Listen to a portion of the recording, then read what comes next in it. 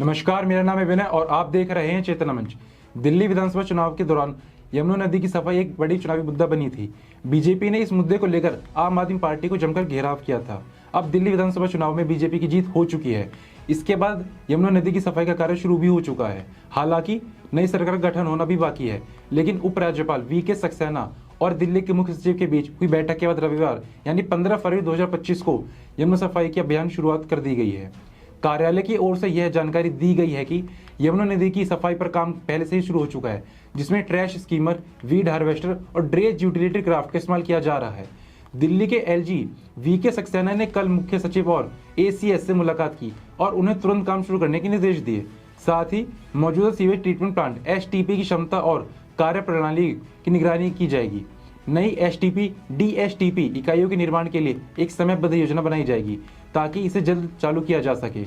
उपराज्यपाल कार्यालय ने यमुना की पूरी तरह से साफ सफाई करने के लिए 3 साल की समय सीमा तय की है।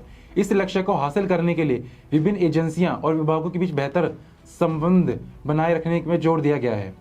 दिल्ली के उपराज्यपाल कार्यालय के अनुसार इस मुद्दे से निपटने के लिए एक 4 स्तरीय रणनीति बनाई गई है। इसमें नदी की सफाई के विभिन्न चरण शामिल हैं, जो इस प्रकार हैं। सबसे पहले यमुना नदी की धारा से कचरा और गाद को हटाया जाएगा।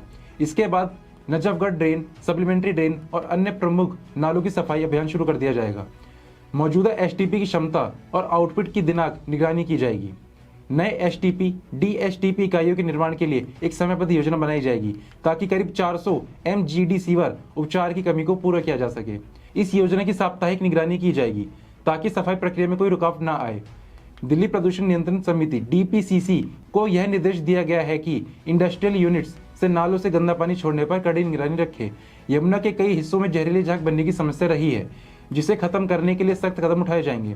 आपको याद दिला दें कि प्रधानमंत्री नरेंद्र मोदी ने अपने चुनावी भाषण में यमुना को दिल्ली की पहचान बनाने का वादा किया था। चुनाव जीतने के बाद उन्होंने कहा था कि चाहे कितना भी समय और प्रयास लगे, यमुना जी का आशीर्वाद हमेशा बीजेपी के साथ रहेगा। दिल्ली में यमुना का प्रदूषण स्तर इस साल की शुरुआत में रिकॉर्ड ऊंचाई पर पहुंच गया था। केंद्रीय मंत्री हर्ष मल्होत्रा ने कहा कि बीजेपी सरकार की प्राथमिकता यमुना की सफाई और कूड़े के ढेर को खत्म करना है।